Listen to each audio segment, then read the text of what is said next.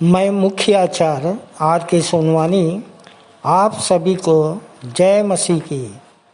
आज की ऑनलाइन रविवारी आराधना परमेश्वर पिता, परमेश्वर पुत्र और पवित्र आत्मा के नाम से प्रारंभ करते हैं। आमीन और आमीन। आइए आज की आराधना प्रारंभ करने से पहले हम छोटी प्रार्थना कर लेंगे और प्रार्थना में अगुवाई बहन अंजलि सारथी करेंगी।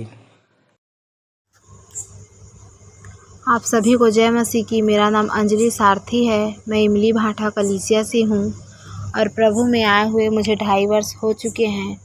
प्रभु में आने का कारण यह था कि मेरी माँ बहुत ज़्यादा बीमार रहती थी और हम लोग डॉक्टरी इलाज के साथ साथ भूख झाड़ हर एक प्रकार का हम लोग करके देखे, परंतु मेरी माँ ठीक नहीं हुई। फिर हमें यहाँ का पर्ची गुरु मंत्र मिला, जिसके प्रार्थना दुआ से मेरी माँ आज स्वस्थ हैं, भली चंगी हैं। मैं प्रभु का धन्यवाद देती हूँ और तब से हम प्रभु में बने हुए हैं। आइए प्रार्थना में जाएं। महान अनुग्रहकारी दयालु प्रेमी पिता, बड़े धन्यवादित मन से हमारे उद्धारकर्ता आपके प्रिय बेटे प्रभु यीशु मसीह के मीठे नाम में आपके चरणों के निकट आते हैं पिता, और आपको हृदय से धन्यवाद करते हैं पिता। धन्यवाद प्रभु जी कि आज की सुबह के हम सुंदर प्रकाश को देखने वाले हो सके पिता। हम धन्यवाद करते हैं पिता, क्योंकि बहुत से ऐसे लोग हैं प्रभु जो आज के दिन को नहीं देख सके पिता, परंतु प्रभु आपने हमें हर एक परेशानी से, हर एक समस्या से बचाए रखा पिता। बीते सप्ताह हमें संभाले रखा प्रभु जी। हम धन्यवाद करते हैं पिता कि आज के इस विश्राम दिन में हम प्रवेश करने पाए पिता। होने दे प्रभु जी, हम आपके बेटे और बेटियां प्रभु जी यहाँ इकट्ठे हो पाए, हम धन्यवाद करते हैं पिता। यहाँ पे उपस्थित प्रत्येक जन को आपके समर्थी हाथों में सौंपते हैं पिता। होने दे प्रभु जी, हमारा गीतों का गाया जाना, वचनों का पढ़ा जाना आपको सुखदायक सुगंध के रूप में ग्रहण योग्य हो सके पिता। प्रार्थना करते हैं पिता कि प्रभु जितने भी लोग यहाँ उपस्थित हैं प्रभु जी, हम सब यहाँ एक मन और एक चित्त होकर बैठने वाले हो सके पिता। जो वचन चले वो हमारे हृदय में बसने वाला हो सके प्रभु। ऐसी आपसे विनती प्रार्थना करते हैं पिता। हमारे गुरु अगुओं को आपके हाथों में सौंपते हैं पिता। उन्हें और ज्ञान से माला माल कर दे पिता।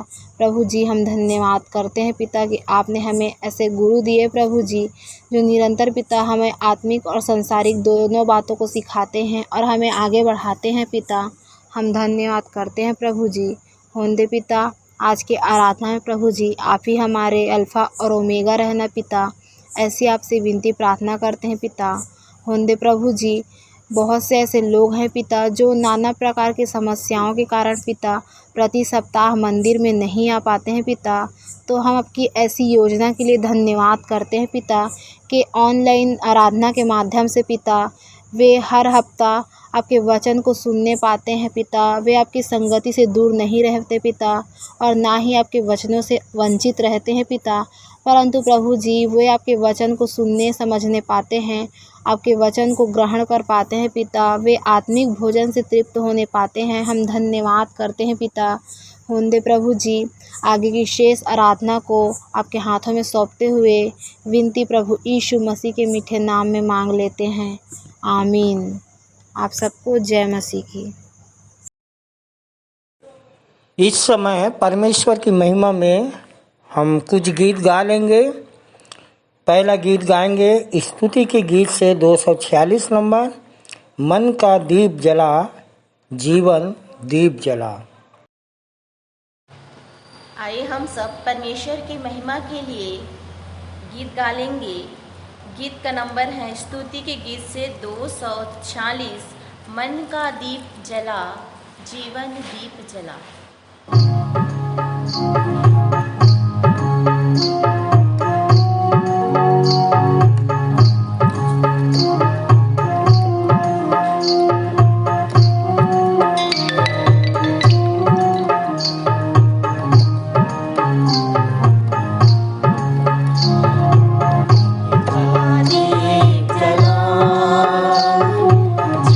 जीवन दीप जला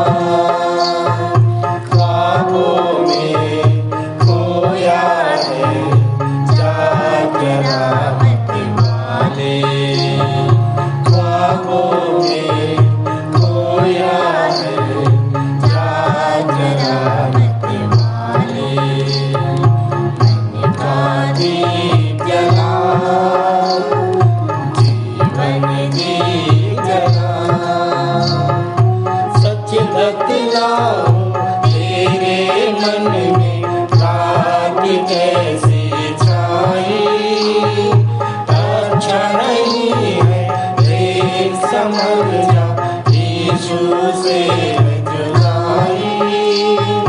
सच बतलाओ तेरे मन में रात कैसी छाई, अच्छा नहीं है, देख समझ जा यीशु से है जुदाई।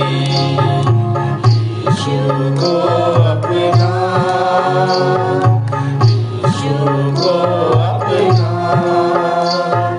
ख्वाबों में खोया है, जागना मत मारे। ख्वाबों में खोया है, जागना मत मारे। मन का दीप जला, जीवन दीप जला। ये दुनिया है ख्वाब सुनहरा, इसमें जो फंस जाए, रोए तड़पे चैन न पाए, घुट घुट कर मर जाए। ये दुनिया है ख्वाब सुनहरा, इसमें जो फंस जाए, रोए तड़पे चैन न पाए, घुट घुट कर मर जाए। मन का मैल धुला, मन का मैल धुला, ख्वाबों में खोया है, जागना मत मारे। ख्वाबों में खोया है, जागना मत मारे। मन का दीप जला, जीवन दीप जला।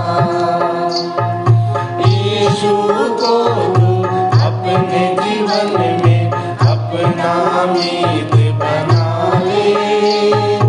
छोड़ दे अब ये दुनिया सुनहरी, दुनिया से मन को फिरा ले। यीशु को तू अपने जीवन में अपना मीत बना ले। छोड़ दे अब ये दुनिया सुनहरी, दुनिया से मन को फिरा ले।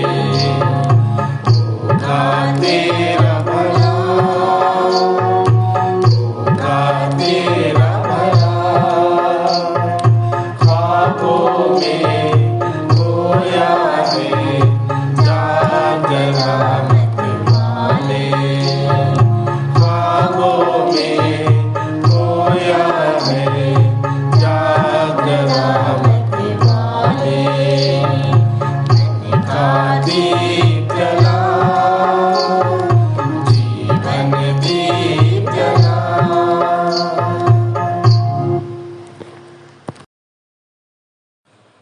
दूसरा गीत गा लेंगे स्तुति के गीत से ही 249 नंबर। ये पर्वत, ये सागर, ये नदियों की धारें। सारी सृष्टि के बनाने वाले परमेश्वर की स्तुति में आइए हम एक गीत गाएं। गीत का नंबर 249 स्तुति के गीत से ये पर्वत, ये सागर, ये नदियों की धारें।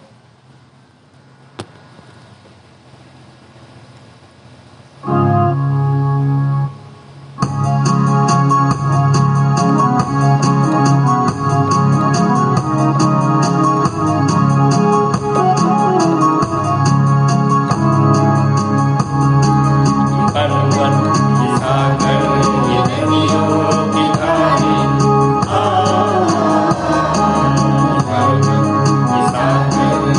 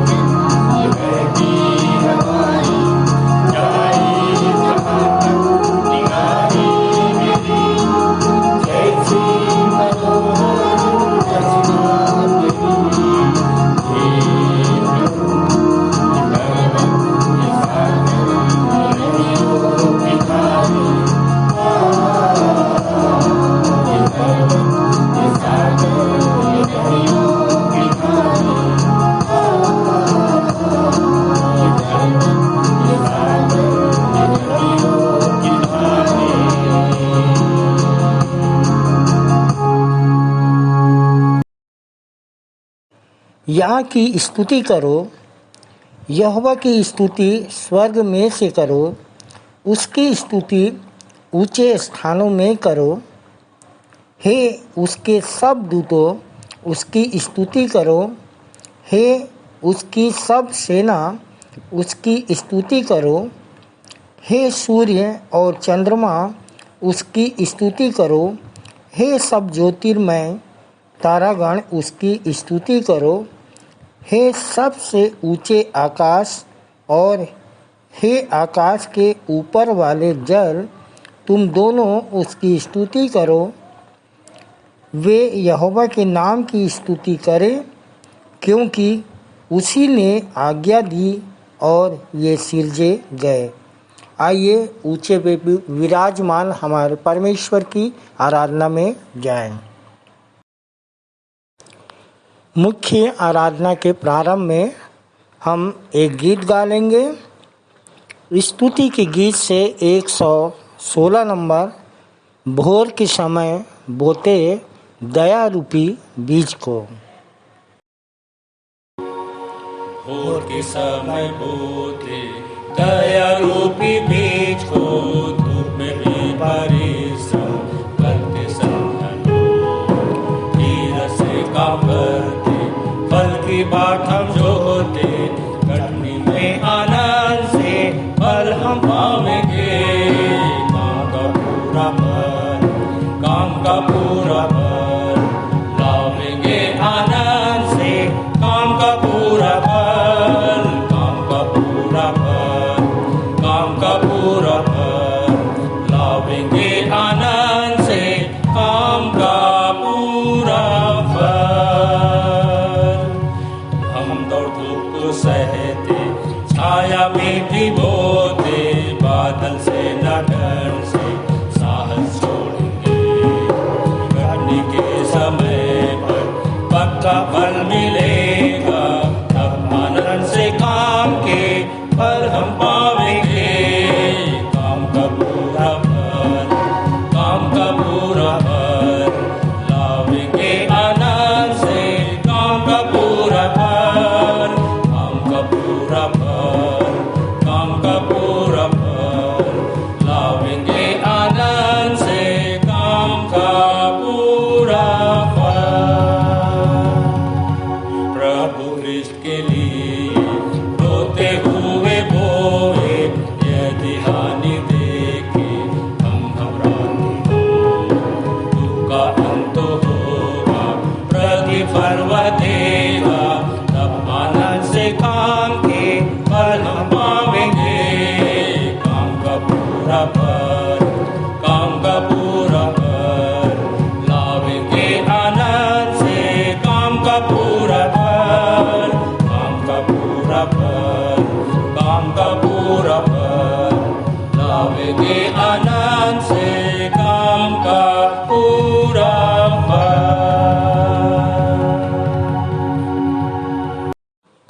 उत्तरवादी की रीति से पढ़ने के लिए हम सब निकाल लेंगे।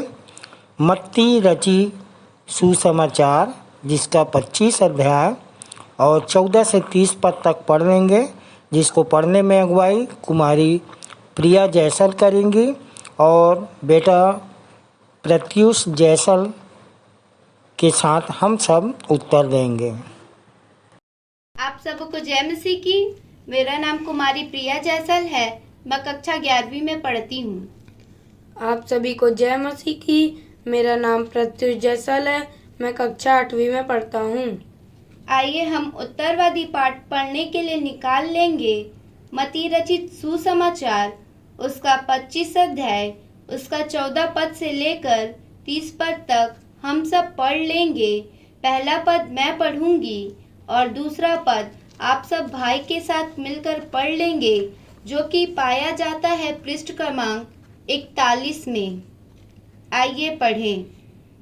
फिर यह उस मनुष्य के समान है जो यात्रा पर जाने को था और जिसने अपने दासों को बुलाकर अपनी संपत्ति उनको सौंप दी। उसने एक को 5 तोड़े, दूसरे को 2 और तीसरे को एक, अर्थात प्रत्येक को उसकी योग्यता के अनुसार दिया और यात्रा पर चला गया।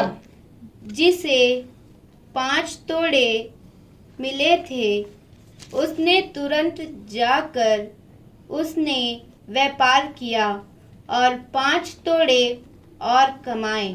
इसी प्रकार जिसे 2 तोड़े मिले थे उसने भी 2 और कमाए।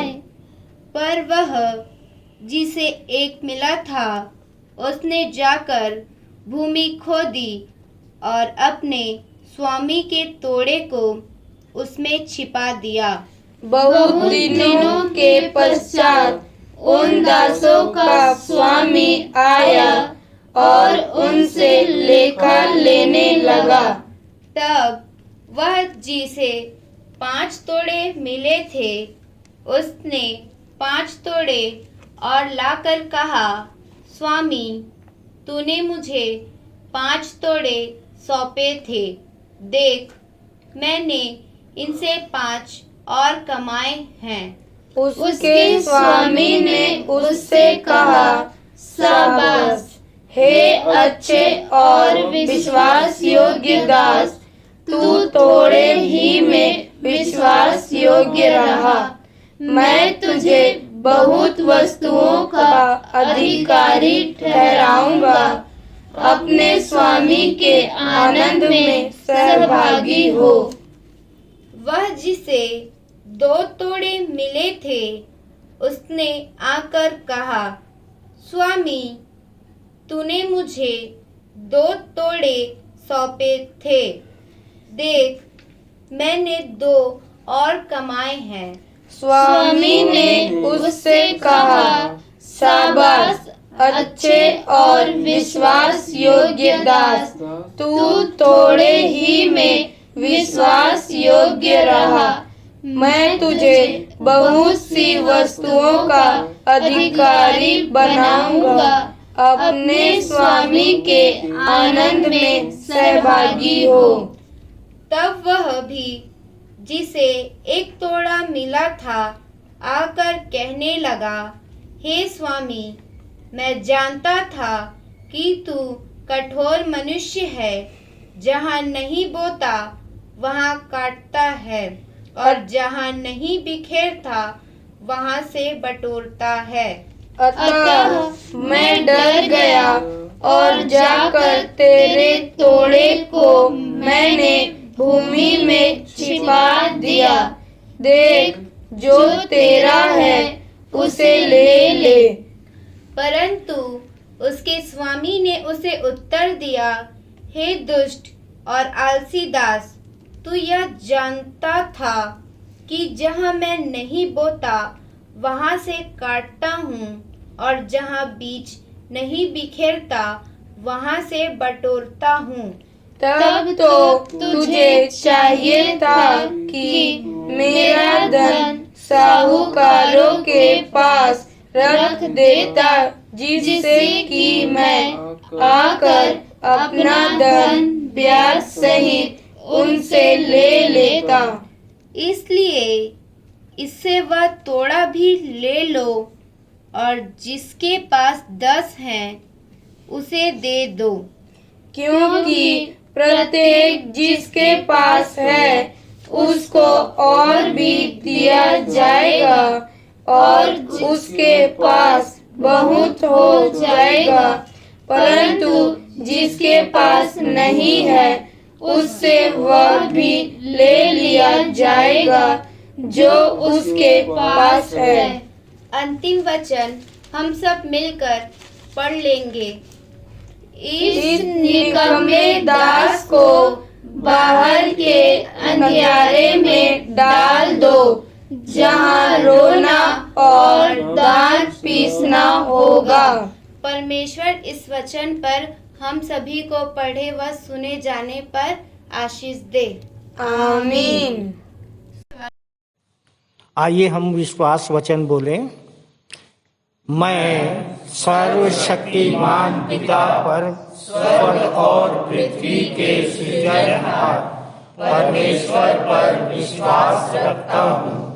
मैं उसके एकलौते पुत्र हमारे प्रभु यीशु मसीह पर, जो पवित्र आत्मा के सामर्थ के द्वारा कुमारी मरियम से जन्मा, जिसने पोंतियुस पिलातुस के राज्य में दुख उठाया, जो क्रूस पर टांगा गया और मारा गया, जो गाड़ा गया और अदृश्य लोक में पहुंचा, और तीसरे दिन मृतकों में से फिर जी उठा, जो स्वर्ग पर चला गया और सर्वशक्तिमान पिता परमेश्वर के दाहिने हाथ विराजमान है, और जीवितों और मृतकों का न्याय करने फिर आने वाला है।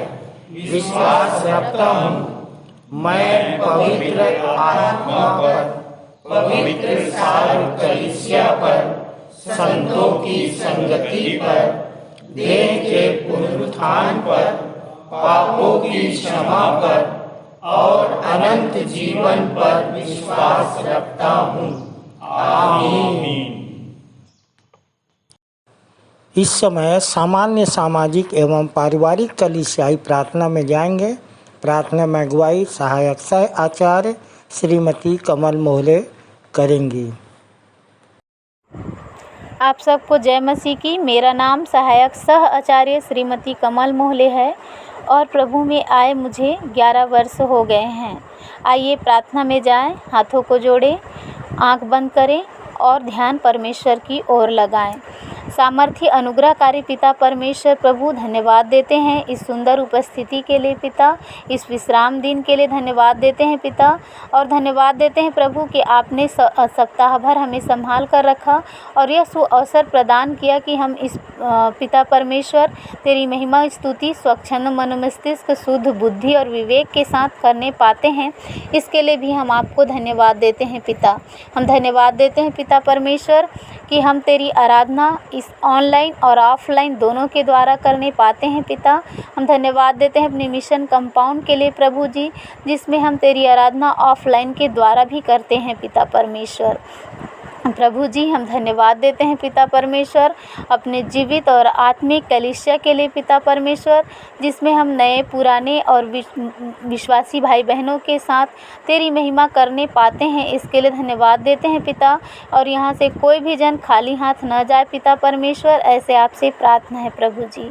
पिता परमेश्वर हम प्रार्थना करते हैं अपने देश के लिए पिता परमेश्वर, जिसमें हम अमन चैन व शांति के साथ पिता परमेश्वर हर प्रकार के धार्मिक स्वतंत्रता के साथ रहने व प्रचार प्रसार करने पाते हैं पिता परमेश्वर प्रभु जी।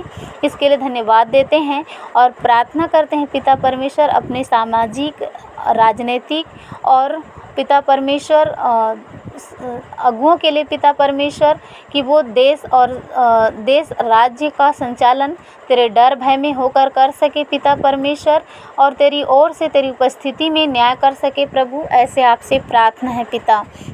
हम प्रार्थना करते हैं पिता परमेश्वर अपने मिशन अस्पताल व प्रांगण और यहाँ के सारे कर्मचारियों, मरीजों, गंभीर रोगियों के लिए पिता परमेश्वर प्रभु परमेश्वर पिता हम प्रार्थना करते हैं वे केवल न केवल शारीरिक परंतु आत्मिक चंगाई को प्राप्त कर सके पिता परमेश्वर, और तेरे डर भय में सारे कर्मचारी प्रभु जी तेरी महिमा कर सके और उन लोगों का इलाज कर सके, ऐसे आपसे प्रार्थना है प्रभु जी।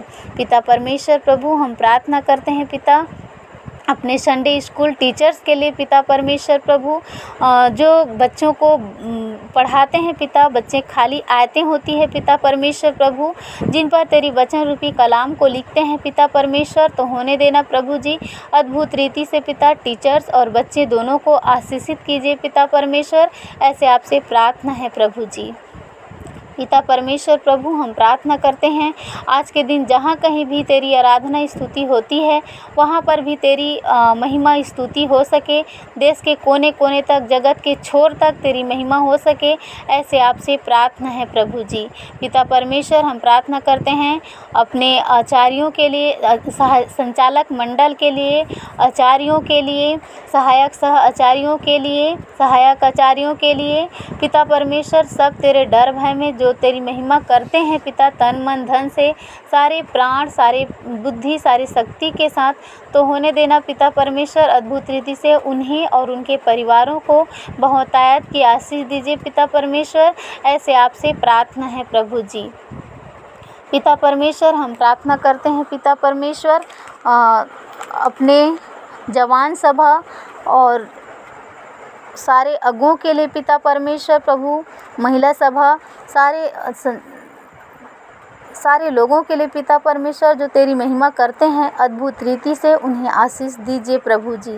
पिता परमेश्वर, हम प्रार्थना करते हैं अपने उन ग्रामीण कलीसियाओं के लिए पिता परमेश्वर, जिनके साथ हमारे आचार्य जाकर उनकी सेवा करते हैं, उन्हें भी बहुतायत की आशीष दीजिए प्रभु जी।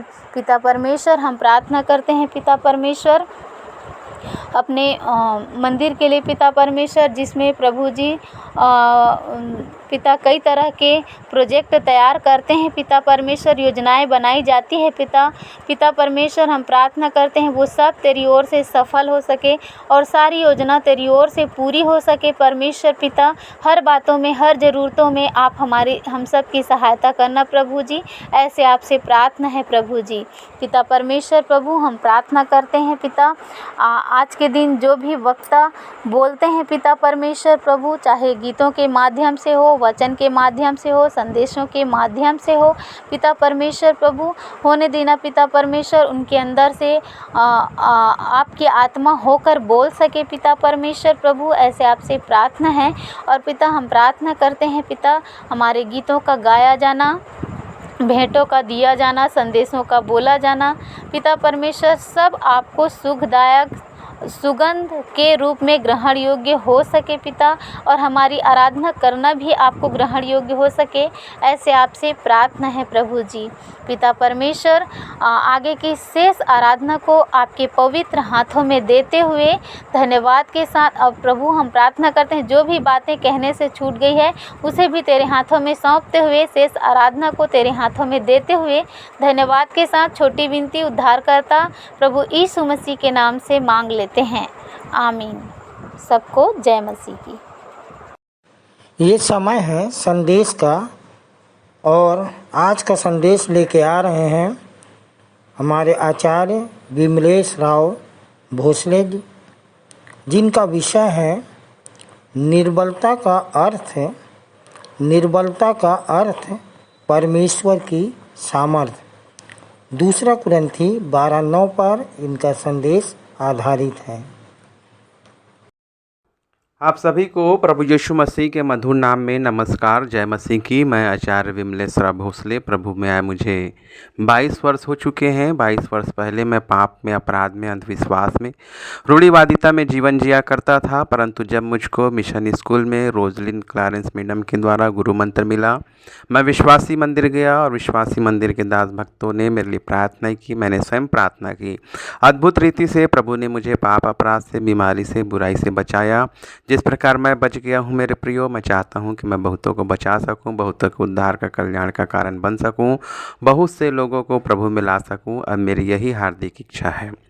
वर्तमान में मैं मिशन उच्चतर माध्यमिक शाला में कंप्यूटर टीचर एवं स्काउट मास्टर के पद पर पदस्थ हूँ।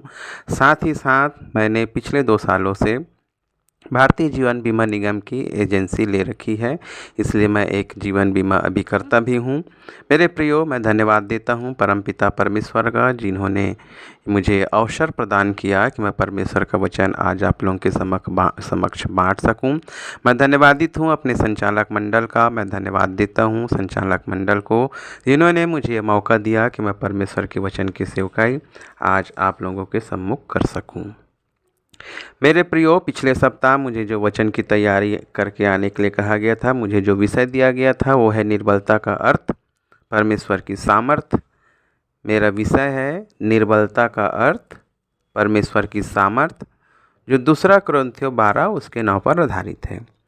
निर्बलता का अर्थ शाब्दिक अर्थों में देखें तो कमजोरी होता है, परंतु आत्मिक अर्थ, आत्मिक संदर्भ में देखें तो यह परमेश्वर के सामर्थ्य को देखने का, महसूस करने का अवसर होता है। निर्बलता को अंग्रेजी में वीकनेस कहते हैं, अर्थात कमजोरी। परंतु कमजोरी कैसे बहादुरी बन जाती है, इसके लिए पढ़ेंगे 2 कुरिन्थियों 12 1 से लेकर 10 तक। पढ़ने पर पता चलता है कि पौलुस जी कहते हैं कि मैं अपनी निर्बलताओं पर घमंड करूंगा। क्या है अद्भुत और सुहावनी बात है कि पौलुस जी लिख रहे हैं कि मैं अपनी निर्बलताओं को छोड़ और किसी चीज़ पर घमंड नहीं करूंगा। अभी तक हमने देखा, पढ़ा और सुना है कि लोग अपने ज्ञान पर घमंड करते हैं कि मैं एमए हूँ, बीए हूँ, बीडी हूँ, एमडी हूँ, पीएचडी हूँ, एमबीबीएस हूँ, बीटेक किया हूँ, एमटेक किया हूँ, मैं अमेरिका से एमबीए की पढ़ाई करके आया हूँ। पढ़ाई लिखाई पर घमंड, ज्ञान पर घमंड करते हैं। जिम जाने वाले भाई, डोले सोले बनाने वाले भाई लोग जो हैं, छोटा छोटा T shirt, tight T shirt पहनकर अपने डोले सोले, बाइसेप ट्राइसेप दिखाकर ये बताना चाहते हैं कि हम बहुत बलवान हैं, ताकतवर हैं, शक्तिशाली हैं। शारीरिक शक्ति पर घमंड है लोगों को, बौद्धिक शक्ति पर घमंड है लोगों को। और जिनके पास बौद्धिक शक्ति नहीं है, जो कम पढ़े लिखे हैं, उनको तुच्छ समझते हैं। जो शारीरिक शक्ति में कमज़ोर है उनको बलिष्ठ लोग तुच्छ समझते हैं। और उससे भी ज़्यादा खतरनाक बात तो यह है कि जिनको अपनी ज्ञान पर घमंड नहीं, जिनको अपनी शारीरिक शक्ति पर घमंड नहीं, उनको शस्त्रों पर घमंड है, हथियार रखे हुए हैं, हथियारों पर घमंड है।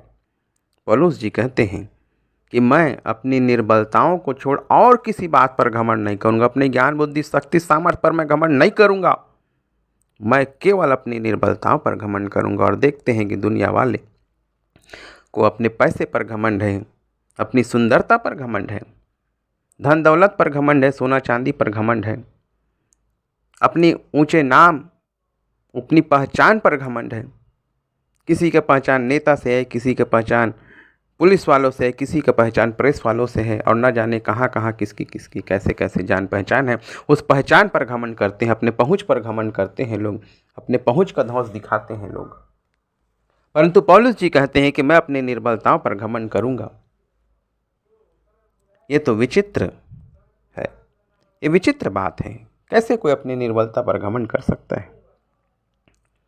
पौलुस एक विचित्र और दुर्लभ किस्म के प्रभु के दास भक्त थे। हर एक तैराक दिशा के अनुकूल तैरता है। ये तो ऐसे तैराक थे जो पानी के बहाव के विपरीत तैरते थे। जिस प्रकार पौलुस जी एक विचित्र और दुर्लभ प्राणी थे, उसी प्रकार मंदिर के संचालक जी भी एक विचित्र और दुर्लभ प्राणी हैं।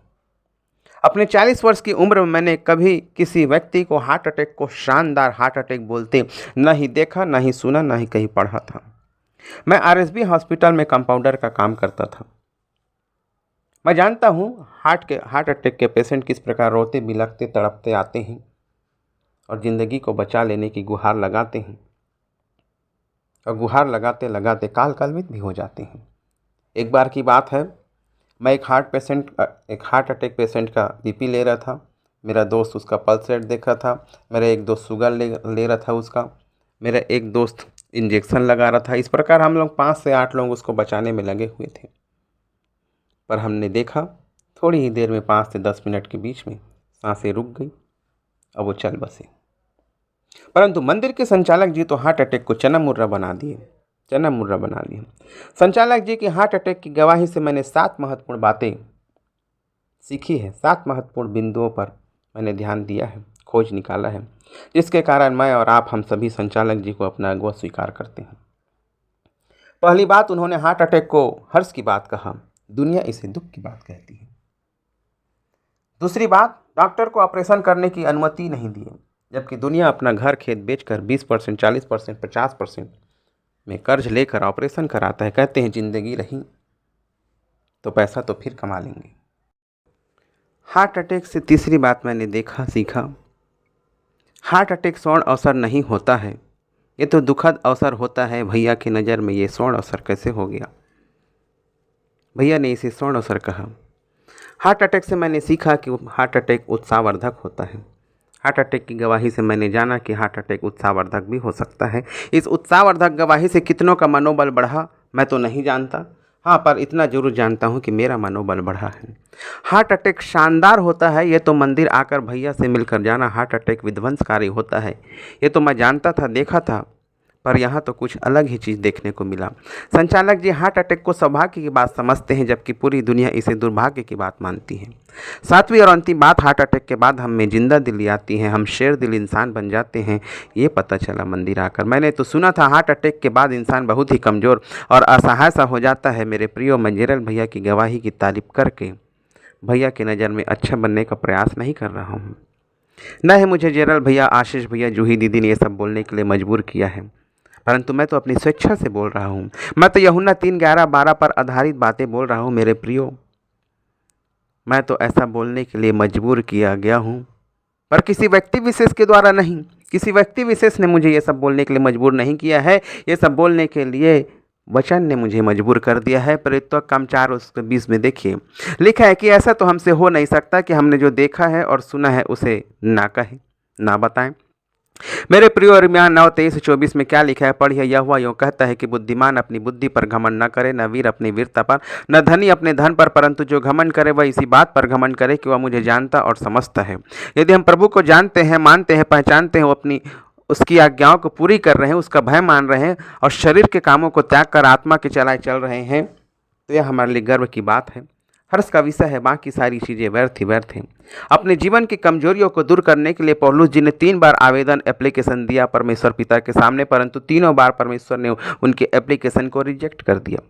2 कुरिन्थियों 12:8 में ऐसा ही लिखा है, पढ़कर देख लीजिए। प्रभु परमेश्वर जानबूझकर पौलुस जी को चंगाई नहीं दिए, उनके जीवन में एक कांटा चुभा कर ही रखे। 2 कुरिन्थियों 12:7 में लिखा है, उनके शरीर में जो कांटा था उसे प्रभु ने नहीं निकाला। बाइबल के विद्वान बताते हैं कि संत पौलुस को पेट में प्रॉब्लम था, पेट की गड़बड़ी थी। कुछ विशेषज्ञ बताते हैं कि पेट में अल्सर होने के कारण वे हमेशा पेट दर्द से पीड़ित रहते थे। उनके पेट में अल्सर था, अपेंडिक्स था, पथरी थी या गैस था, किसी ने स्पष्ट नहीं बताया, पर यह जरूर सिद्ध हो गया कि पेट की समस्या से वे हमेशा पीड़ित रहते थे। जिस पौलुस के रुमाल से, अंगोछा से, अंगरखा से, परछाई से लोगों की चंगाई होती थी, वे खुद पेट दर्द से सदा पीड़ित रहते थे। आखिर ऐसा क्यों है? उत्तर है 2 कुरिन्थियों 12:7। मैं दर्शनों और प्रकाशनों की सामर्थ्य से, बहुतायत से फूल न जाऊं, मैं ज्ञान बुद्धि समझ के अधिकता से फूल न जाऊं, घमंडी ना हो जाऊं, अहंकारी ना हो जाऊं, अपने आप को जरूरत से ज़्यादा ना समझने लगूं, सर्वोच्च न मान लूं। इसलिए प्रभु ने मेरे शरीर में इस अल्सर नाम की कांटा को चुभा के रखा है, नहीं निकाला है। कुछ लोग सोचते हैं कि विश्वासी मंदिर आते ही, हाथ रखाते ही, प्रार्थना कराते ही हमारी चंगाई हो जाए, सोचते हैं, पर सच तो यह है मेरे प्रियो की जितनी जल्दी होती है चंगाई, इंसान उतनी जल्दी करने लगता है नंगाई। परमेश्वर से कर देता है बेवफाई, इसलिए निर्बल बने रहने में ही है भलाई, जल्दी चंगाई पाने में है बुराई।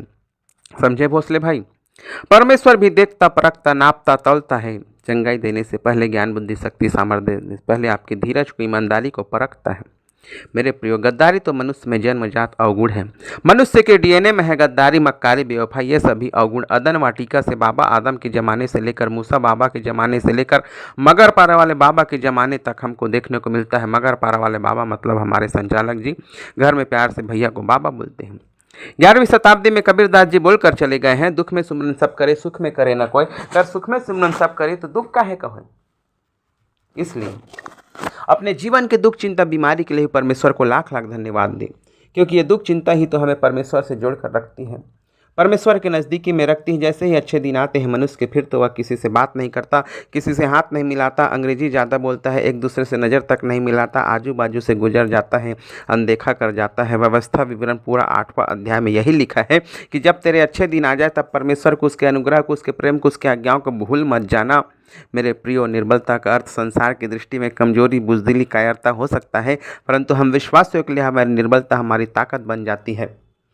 जब भैया अपोलो गए तो भैया भाभी दोनों के अकाउंट में मिलाकर 7,000 रुपये थे। उस समय भैया निर्बल थे ऑपरेशन कराने के लिए, एंजियोप्लास्टी कराने के लिए। इसलिए भैया अपने इस आर्थिक निर्बलता में परमेश्वर की सामर्थ्य को देखने पाए। यदि उनके खाते में बैंक में 2 लाख रुपए रहता तो क्या भैया परमेश्वर की सामर्थ्य को अपने जीवन में देख पाते? क्या भैया निर्बलता में सामर्थ्य की सिद्धि को देख पाते? पैसे देकर 2 लाख खोकर गंवा कर अपना हार्ट बचा लेते तो क्या आज मुझे और आपको गवाही दे पाते, नहीं दे पाते। इसलिए हमें अपने दुख, चिंता, समस्या, बीमारी से हताश, निराश, व्याकुल नहीं हो जाना है। अपनी निर्बलताओं में परमेश्वर की सामर्थ्य को देखने का अवसर प्राप्त करना है। विश्वास में, धीरज में, प्रभु के प्रेम में अय्यूब की तरह बने रहना है ताकि हम खरा निकल सके। नीति वचन 3, 5 और 7 में लिखा है, अपनी समझ, बुद्धि, धन का, बल का सहारा न लेना। लिखा है यिर्मयाह 17:5 में, श्रापित है मनुष्य जो किसी मनुष्य पर भरोसा रखता है, वरन संपूर्ण मन से यहोवा पर भरोसा रखे। मेरे प्रियो, तब वो हमारे सीधा मार्ग निकालेगा। जैसे समुद्र में मूसा के लिए, इजराइलियों के लिए रास्ता निकाला, और परमेश्वर मेरे और आपके लिए भी रास्ता निकालेगा। निर्गमन 14:21 में ऐसा लिखा है। वो अद्भुत युक्ति करने हारा है मेरे प्रियो। उसने इब्रानियों 13:5 में लिखा है, मैंने तुझे कभी छोड़ूंगा और ना मैं तुझे कभी त्यागूंगा। इसलिए हम अपनी निर्बलताओं पर भी परमेश्वर को धन्यवाद दें, घमंड करें। परमेश्वर पिता अपने वचन के कहे पढ़े सुने जाने पर आशीष दें।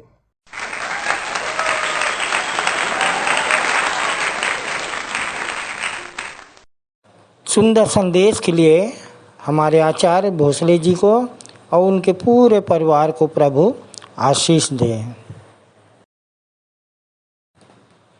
प्रभु भोज में जाएंगे और आज का संचालन हमारे आचार्य श्री दीपक कुमार भोई जी करेंगे। आप सबों को जय मसीह की। मेरा नाम आचार्य दीपक कुमार भोई है। प्रभु को ग्रहण किए मुझे 11 वर्ष हो गए। इसी मंदिर में आकर मैंने सच्चे और जीवित परमात्मा को जाना जो हम सबके अंदर में निवास करता है। तब से मैं इस मंदिर में बना हुआ हूँ और जैसे मैं बचा हूँ दूसरों को बचाने का प्रयास करता हूँ। आज के इस पवित्र दिन में प्रभु भोज के संचालन का अवसर मुझे प्राप्त हुआ है। आइए प्रभु की इस ब्यारी में हम सब सम्मिलित होते हैं। ये वो रोटी नहीं जिसे बाप दादा ने खाया और मर गए, ये वो रोटी है जिसे जिसने खाया वो अनंत जीवन के लिए तर गए। यूहन्ना 6:53 में यीशु ने हमसे कहा, जब तक तुम मेरा मांस ना खाओ और मेरा लहू ना पियो तुम में जीवन नहीं। तो जब हम इस रोटी को खाते हैं हम सब अनंत जीवन के लिए तर जाते हैं। जब तक हम इसे ग्रहण नहीं करते वास्तव में हम सबके अंदर जीवन नहीं। कई बार लोग कहते हैं, तर्क देते हैं कि डाकू को तो इसे लेने की आवश्यकता ही नहीं पड़ी, वो तो सीधे स्वर्ग चला गया, तो हमारे लिए यह क्यों और कितना ज़रूरी है। मेरा अपना मानना है, हाँ हमारे लिए ये ज़रूरी है क्योंकि डाकू को तो यहाँ इस धरती पर रहने का फिर अवसर ही प्राप्त नहीं हुआ। वो तो सीधे ही पश्चाताप किया और यीशु को स्वीकार करके स्वर्ग चला गया। अगर वो यहाँ रहता, उसे फिर से यहाँ रहने का अवसर प्राप्त होता तो निश्चित रूप से उसको भी इसको लेने की आवश्यकता पड़ती। परंतु हम यहाँ रहते हैं और प्रतिदिन प्रति क्षण प्रियो हम मन, वचन व कर्म से पाप, अपराध और गलतियाँ करते रहते हैं हर घड़ी हर क्षण, और न जाने कितने पाप और अपराध हम निरंतर करते रहते हैं। इसलिए हम सबको इसको लेने की आवश्यकता है। इसलिए ये इस पृथ्वी पर हम सब के लिए ज़रूरी है ताकि इसको लेकर हम पश्चाताप कर सकें अपने पापों के लिए और पुनः उसके कार्य को करने के लिए तैयार हो सकें। इसलिए इस भोजन के लिए हम सबको परिश्रम करना है। यीशु ने कहा यूहन्ना 6:27 में कि नाशवान भोजन के लिए परिश्रम ना करो परंतु उस भोजन के लिए जो अनंत जीवन के लिए है। तो हमको इस आत्मिक भोजन के लिए निरंतर परिश्रम करना है। दो बातें हैं प्रियो, दो प्रकार की रोटी है। एक रोटी है सांसारिक रोटी और एक रोटी है आत्मिक रोटी। सांसारिक रोटी बनाम आत्मिक रोटी। सांसारिक रोटी श्रापित है उत्पत्ति 3:17 के अनुसार, लेकिन यूहन्ना 6:53 के अनुसार आत्मिक रोटी उद्धार है, श्राप से मुक्ति है। सांसारिक रोटी में दुख है, इसमें पीड़ा है, इसमें क्लेश है उत्पत्ति 3 के ही अनुसार, लेकिन आत्मिक रोटी में 1 कुरिन्थियों 5:7 के अनुसार आनंद है, खुशी है। मसीह हमारा फंसा है। फंसा का अर्थ है आनंद, नाच गान, खुशी, क्योंकि मसीह ने हमको इस आत्मिक रोटी के द्वारा हमको जयवंत किया है। इस रोटी से तो, इस संसारिक रोटी से तो झगड़े होते हैं। हमने 1 कुरिन्थियों 11 में पढ़ा, दलबंदी की भर्त्सना हुई, लोग झगड़ा करते थे, लेकिन इस आत्मिक रोटी से हम एक हो जाते हैं, हम सब मसीह में स्थिर हो जाते हैं। ये जो रोटी है वो एकता का प्रतीक है, प्रेम का प्रतीक है यूहन्ना 17:22 के अनुसार। सांसारिक रोटी में मृत्यु है यूहन्ना 6:58 के अनुसार, लेकिन इस आत्मिक रोटी में जीवन है यूहन्ना 6:35 के अनुसार। संसार की रोटी स्वार्थ से भरी हुई है, इस रोटी को लोग स्वार्थ से खाते हैं और स्वार्थ इसमें रखते हैं, लेकिन जो आत्मिक रोटी है वो निस्वार्थ है, हम सब के लिए है। इसमें छोटों के लिए, बड़ों के लिए, किसी भी जाति, धर्म और मजहब के लोग प्रभु यीशु मसीह को ग्रहण करने के द्वारा और उसको समझने के द्वारा इसमें सहभागी हो सकते हैं। तो इसमें किसी प्रकार का कोई किसी का स्वार्थ नहीं है, ये बिल्कुल सबके लिए निस्वार्थ रूप से है तैयार किया हुआ है। सांसारिक रोटी को तो हम पैसे से खरीदते हैं और दुख के साथ खाते हैं, पैसे देकर हमको खरीदना होता है। पर ये आत्मिक रोटी जो है, ये जो भोज है प्रभु का, आत्मिक रोटी जो है, ये हम सब के लिए निःशुल्क है, हम इसके लिए कोई शुल्क नहीं देते हैं। सांसारिक रोटी में कोई सामर्थ्य नहीं है, ये हमारे विवेक को शुद्ध नहीं कर पाती है, इससे हमको पापों की क्षमा नहीं मिल पाती। लेकिन जो आत्मिक रोटी है, इब्रानियों 9:14 के अनुसार, ये रोटी और दाख रस हमारे मरे हुए विवेक को शुद्ध कर सकते हैं, हमारे मरे हुए विवेक को शुद्ध करते हैं। इसको लेने के द्वारा हम सब शुद्ध हो जाते हैं। जब हम इसको लेते हैं तो इसको लेने के बाद हम सबको संगति में बना रहना चाहिए, क्योंकि संगति में जब हम बने रहते हैं तो इस आत्मिक रोटी को लेने के द्वारा आत्मिक ऊर्जा को हम कैसे खर्च करना है, इसको हम सीख पाते हैं। क्योंकि संगति में रहकर हम एक हो जाते हैं, हम एकता का ही ये प्रतीक है। इसको लेने के बाद अगर हम संसार में चले जाते हैं या सांसारिक हो जाते हैं, संगति में नहीं रहते, तो फिर इससे कोई फ़ायदा नहीं होता। तो हमको निरंतर संगति में बने रहना है, संगति में बने रहकर हमको कार्य करते चले जाना है। और इस प्रकार जब हम कार्य करते हुए आगे बढ़ने लगते हैं तो ये हम सब के जीवन के लिए लाभकारी होता है, क्योंकि ये हम सब के लिए एक आज्ञा है। अनिवार्य रूप से हर एक विश्वासी को हर परिस्थिति में इसे लेना है और आज्ञा मानने के द्वारा इसकी गरिमा को हम सबको बरकरार रखना है। अगर हम इसे लेते हैं और आज्ञा का पालन नहीं करते हैं तब हम अपने ऊपर दंड लाते हैं। पहला कुरिन्थियों 11:26 में लिखा है, जब कभी तुम ये रोटी खाते और इस कटोरे में से पीते हो तो हम उसकी मृत्यु का प्रचार करते हैं। बहुत से लोग कई लोग ऐसे होते हैं। पिछले सप्ताह ही एक महिला थी, इसको प्रसाद कर मांग रही थी, भैया मुझे भी प्रसाद दीजिए। और तो मैं ये बताना चाहता हूँ कि ये कोई प्रसाद नहीं है, इसे कभी भी कोई भी किसी भी रूप में नहीं ले सकता। इसके लिए एक निर्धारित मापदंड है, उसको पूरा करने के बाद ही इसको हम ले सकते हैं। बहुत से लोग यहाँ ऐसे भी आए हैं जो ये समझते हैं कि प्रभु भोज को लेने के द्वारा हमको शैतानी शक्ति से छुटकारा मिल जाएगी, हमारी समस्याओं का समाधान हो जाएगा। तो ऐसा नहीं है। हाँ, ये है भी, बिल्कुल है भी, क्योंकि इसमें सामर्थ्य है। जब कपड़े में सामर्थ्य है तो फिर इस देह में तो सामर्थ्य निश्चित रूप से है। कपड़े को छूकर चंगाई को प्राप्त करते हैं, तो इसको लेने के द्वारा भी हम निश्चित रूप से चंगाई और अपनी समस्याओं से छुटकारा प्राप्त करते हैं। लेकिन इस बात को हमको समझना है कि कैसे, किस रूप में ये हमारे लिए लाभकारी है, कब ये हमारे लिए लाभकारी है। जब इसे ग्रहण करने के बाद हम इसकी मृत्यु का जब हम प्रचार करते हैं तो हमको इस बात को समझना पड़ेगा कि वो हमारे पापों के लिए किस प्रकार मरा, है ना। पाप तो हमने किया था, दोष तो हमारा था, गलती हमारी थी, सारे अधर्म और बुरे काम तो हमने किए थे, लेकिन हमारे बदले उसको ये सज़ा मिली। तो इस बात को हमको समझना है कि जब यीशु को सैनिकों ने भाला मारा तो सिर्फ सैनिकों ने भाला नहीं मारा, मैंने और आपने भी भाला मारा। यीशु को जब कांटों का ताज पहनाया गया तो सिर्फ उन लोगों ने कांटों का ताज नहीं पहनाया, वहाँ मैं और आप भी थे, हमने भी कांटों का ताज पहनाया। उसके ऊपर कोड़े सिर्फ उन्होंने नहीं बरसाया, है ना। उसको दंड देने के लिए सिर्फ पिलातुस ही और कुछ सैनिक, उस समकालीन लोग ही जिम्मेदार नहीं थे, वहाँ मैं और आप थे, मैंने भी उनको आपने भी कोड़े मारे। तो ये सारी चीज़ें हैं। उसको जितनी भी यातनाएं दी गई उसमें हम सब बराबर के हिस्सेदार हैं, हमने भी उनको यातनाएं दी हैं, क्योंकि हम सब ने पाप किया है। हम सब ने पाप किया। अगर हम पाप ही नहीं करते तो उसको ये सज़ा नहीं मिलती। लिखा है रोमियो 1:27 में कि सब ने पाप किया और उसकी महिमा से रहित है। हमारे पापों के, हमारे इस करनी के कारण ही उसको ये दंड मिला है।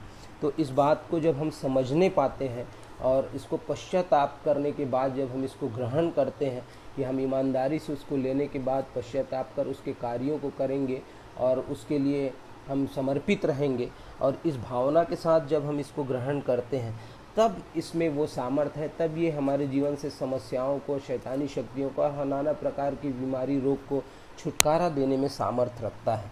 तो इस बात को जब हम सब समझने पाते हैं और इसको ग्रहण करते हैं तो फिर वो हम जो है अपनी समस्याओं से छुटकारा प्राप्त करते हैं। तो यही सारी बातें हैं कि जब उसने हमारे लिए ऐसा बड़ा बलिदान किया है, तो हम भी उसके लिए जो है अपने आप को दें, हम भी उसको अपने जीवन से उसको महिमा दें और उसके लिए हम ईमानदारी से पश्चाताप करके इसमें सहभागी हों। तो 2 लाइनें मैं फिर से कहना चाहता हूँ कि खुद टूटकर जिसने दी प्रभु भोज की ब्यारी, खुद टूटकर जिसने दी प्रभु भोज की ब्यारी, इसे लेकर अब हमारी है टूटने की बारी। इस छोटे से संदेश के द्वारा परमेश्वर हम सबको बहुतायत की आशीष दे। आप सबको जय मसीह की।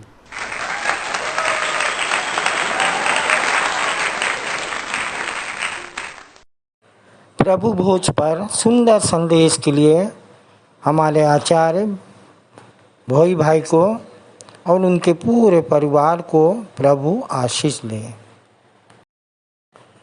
आइए हम अपनी अपनी भेंटों और धन्यवादी भेंटों को देने के द्वारा परमेश्वर की महिमा करेंगे और इस समय हम गीत गा लेंगे।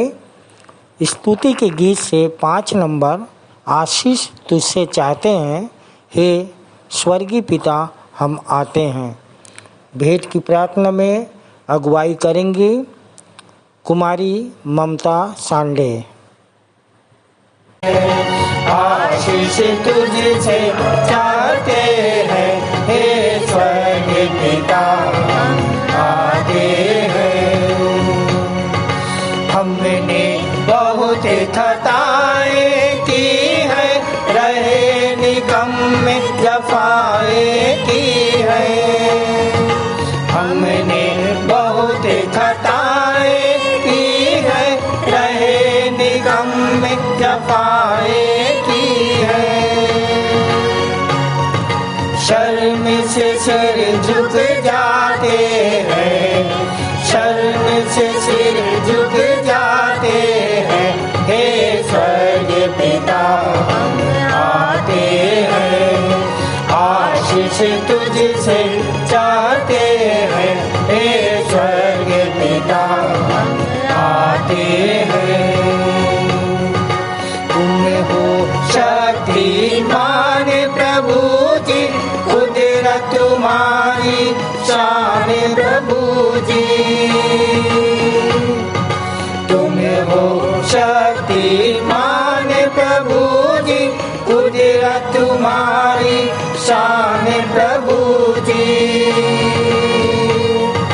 हम रोशन हम गाते हैं, हम रोशन हम गाते हैं, हे स्वर्गीय पिता हम आते हैं। आशीष तुझसे चाहते हैं, हे स्वर्गीय पिता हम आते हैं। बंदे को तू कभी न भूले, दुखी सहे दुनिया में तूने। बंदे को तू कभी न भूले, दुखी सहे दुनिया में तूने। उसी प्यार को चाहते हैं, उसी प्यार को चाहते हैं, हे स्वर्गीय पिता हम आते हैं। आशीष तुझसे चाहते हैं, हे स्वर्गीय पिता हम आते हैं।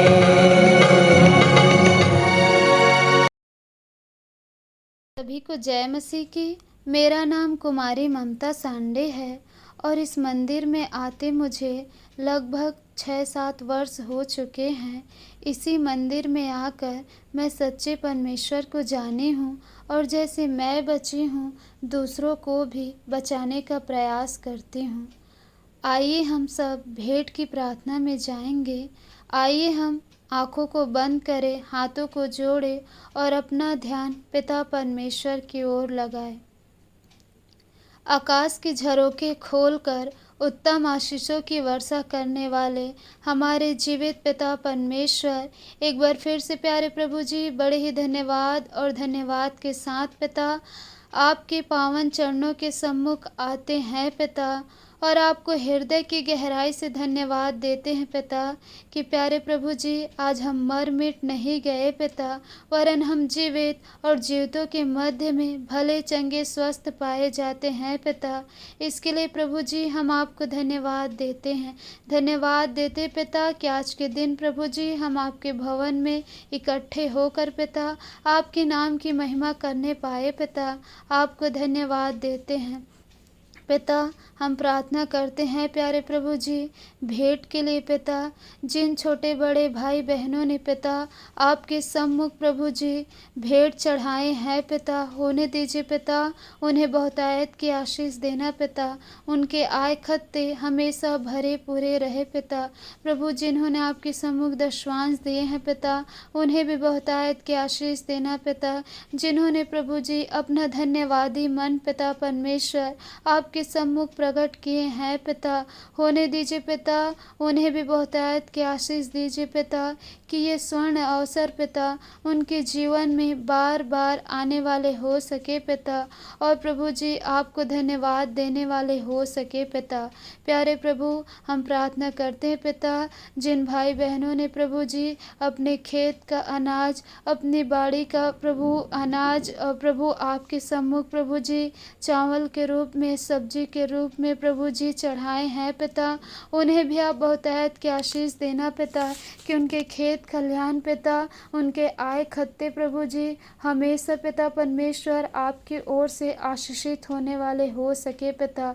प्यारे प्रभु होने दीजिए पिता हम मौद्रिक मानसिकता के ना हो पिता परमेश्वर, वरन पिता निर्बलता में सामर्थ्य की सिद्धि को प्राप्त करने वाले हो सके पिता। इससे बढ़कर पिता परमेश्वर हम अपने आप को जीवित, पवित्र और आपको भावता हुआ करके बलिदान चढ़ाने वाले हो सके पिता। प्यारे प्रभु जी और क्या मांगे पिता, इन तमाम प्रभु जी भेंटों के द्वारा प्रभु आपके राज्य की महिमा होने वाले हो सके पिता। और प्यारे प्रभु जी हम सब को पिता और आगे की शेष आराधना को प्रभु जी आपके हाथों में सौंपते हुए पिता बड़ा प्रभु जी सारा आदर, महिमा, गौरव, जलाल, सम्मान, प्रशंसा आपको देते हुए पिता धन्यवाद के साथ छोटी दुआ हमारे जीवित उद्धार करता प्रभु यीशु मसीह के नाम से इस दुआ को मांगते हैं, आमीन। सबको जय मसीह की। मैं मुख्य आचार्य R.K. सोनवानी आप सभी को जय मसीह की। आप लोगों को सूचना से अवगत करा दूं, हमारी रविवारी आराधना ऑनलाइन और ऑफलाइन दोनों चलती है। समय का विशेष ध्यान दें, प्रातः 10 बजे से दोपहर 12:30 बजे तक। जिनको जिनको आराधना में जिम्मेदारी दी जाती है उनको ऑनलाइन और ऑफलाइन दोनों में बोलना है। ऑनलाइन के लिए अपना ऑडियो बनाकर शुक्रवार शाम तक अवश्य ही मुझको भेज देवे। विशेष सूचना प्रायः यह देखा जा रहा है कि ऑनलाइन आराधना में जो प्रार्थना उत्तरवादी पाठ है, जो संदेश है कि रिकॉर्डिंग शुक्रवार शाम तक नहीं भेजी जाती, जिससे शनिवार रात भर सेटिंग करने में लग जाता है। अतः अब संचालक मंडल द्वारा निर्णय लिया गया है कि जिसकी रिकॉर्डिंग शुक्रवार शाम तक नहीं पहुंचेगी उसे आने वाले समय में अवसर नहीं दिया जाएगा। तदनुसार इस आदेश का कड़ाई से पालन किया जाएगा। आदेशानुसार संचालक मंडल, विश्वासी मंदिर, बिलासपुर। आइए 18/9/2022 की रविवारी आराधना के लिए आप लोगों को सूचित कर दूं, जिसका संचालन आचार्य श्रीमती प्रीतमा कुर्रे करेंगी। आरंभ की प्रार्थना भाई राकेश बंदे के द्वारा। उत्तरवादी पाठ लूका रचित सुसमाचार, जिसका 11 अध्याय 14 से 32 पद तक पढ़ लेंगे और जिसको पढ़ने में अगुवाई भाई सहदेव केवट करेंगे और कुमारी वर्षा केवट उत्तर देंगी। सामान्य सामाजिक एवं पारिवारिक कलिसियाई प्रार्थना हमारे आचार्य श्री राम मनोहर पांडे के द्वारा कर लेंगे।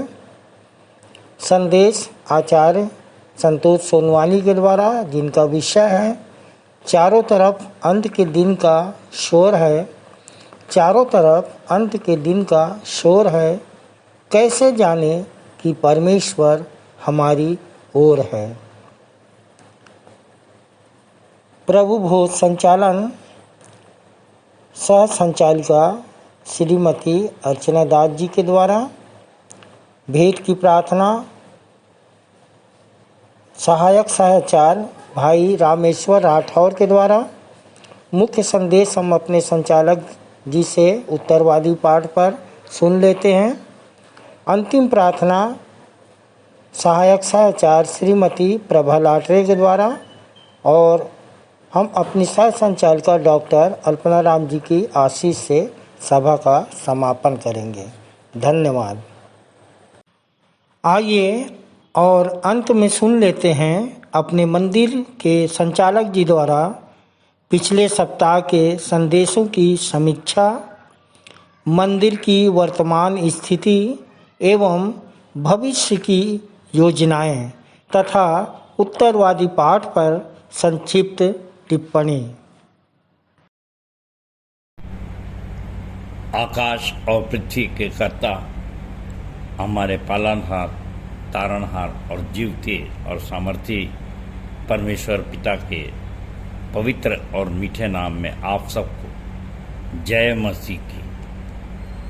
परमेश्वर का धन्यवाद हो कि उसकी दया और उसके अनुग्रह से फिर से एक अवसर हमको मिला कि उसके वचनों में से कुछ सीख सकें, अपने जीवन को संवार सकें और इस लोक में बहुतायत का जीवन और परलोक में अनंत जीवन पाने का प्रयास कर सकते हैं।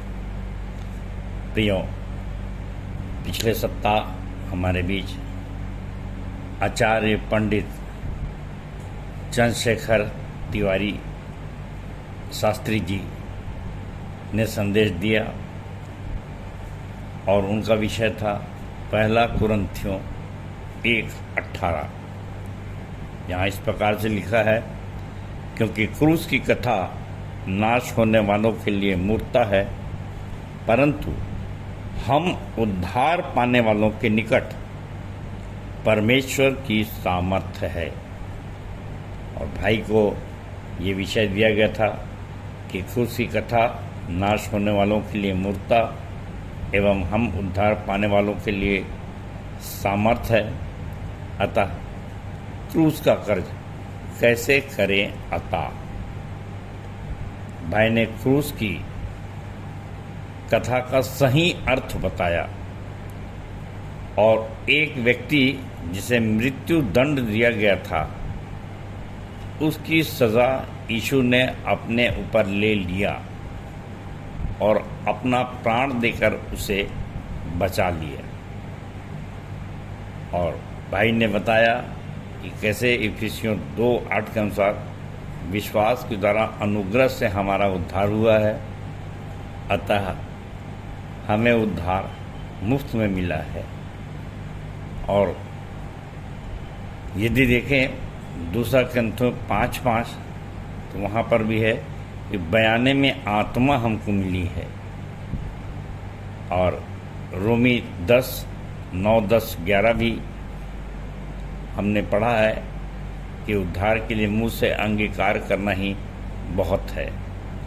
सो भाई ने बताया कि जबकि हमको मुफ्त में सेतमेट में उद्धार मिला है और हमारे विश्वासी मंदिर के उद्धार के चैप्टर में जो 3 नंबर का बोर्ड है, वहाँ पर 4 नंबर का वहाँ पर बहुत से अर्थ लिखाए हुए हैं।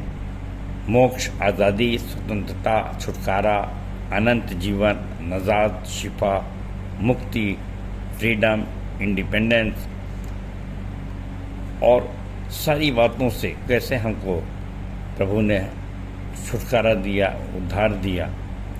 सो प्रियों, आज आवश्यक है कि हम उसके क्रूस के कर्ज को कैसे उतार सकते हैं, इस पर जरूर मनन करें। और भाई ने बहुत सारांश और बहुत सुंदर तरीके से इन बातों को बताया और बताया कि हमको मत्ती 28:18 के अनुसार सब जाति के लोगों को चेला बनाना है, महान आज्ञा का पालन करना है और पड़ोसी से प्रेम करना है। प्रियों, बहुत ही अच्छे ढंग से भाई ने बताया और इस संबंध में मुझको भी एक छोटी घटना याद आती है कि कैसे किसी जज ने, जिसका उसके अपने बेटे ने जबकि मर्डर कर दिया था, और उस जज को स्वयं ही निर्णय देना पड़ा और उसकी मौत की सज़ा उसने सुनाया। परंतु जब अंतिम कोर्ट में बात आई तो उसने अपने पुराने पद से इस्तीफा दे दिया था और जा कर के उसको, उसका लड़के ने जो खून किया था उसका इल्ज़ाम अपने ऊपर ले लिया और खुद फांसी की सज़ा पर चढ़ गया और बेटे को बचा लिया। और वो जो दुष्ट बेटा था, उसने जब इतनी बड़ी कुर्बानी अपने पिताजी की देखा तो उसका जीवन बदल गया। सो प्रियो, ये छोटी छोटी कहानियाँ हैं, घटना हैं, परंतु आज हमको इस पर विचार करना है और भाई ने बहुत ही अच्छे ढंग से बताया कि महान आज्ञा को हम कैसे पालन करें। सो भाई को सुंदर संदेश के लिए परमेश्वर बहुत बहुत बहुत आशीष दे। और इसी प्रकार से हमारे प्रभु भोज का संचालन हमारे आचार्य श्री मूर्ति नारायण करोसिया द्वारा किया गया और जिन्होंने 1 कुरिन्थियों 11:26 पद पर अपने विचार व्यक्त किए कि प्रभु के मृत्यु का प्रचार हम कैसे कर सकते हैं, क्योंकि मृत्यु का विचार आते ही हम डर और भय से कांप उठते हैं और इसलिए मृत्यु का प्रचार कैसे कर सकते हैं, इसके लिए भाई ने कहा कि करुण रस से तरन्नुम में भरकर आओ करें यीशु की मृत्यु का प्रचार। और भाई की कविता के कुछ अंश मैं यहाँ पे दोहराना चाहूँगा कि मांगी थी दुआएं अपने रकीब से कि हो जाए दीदार तेरा करीब से।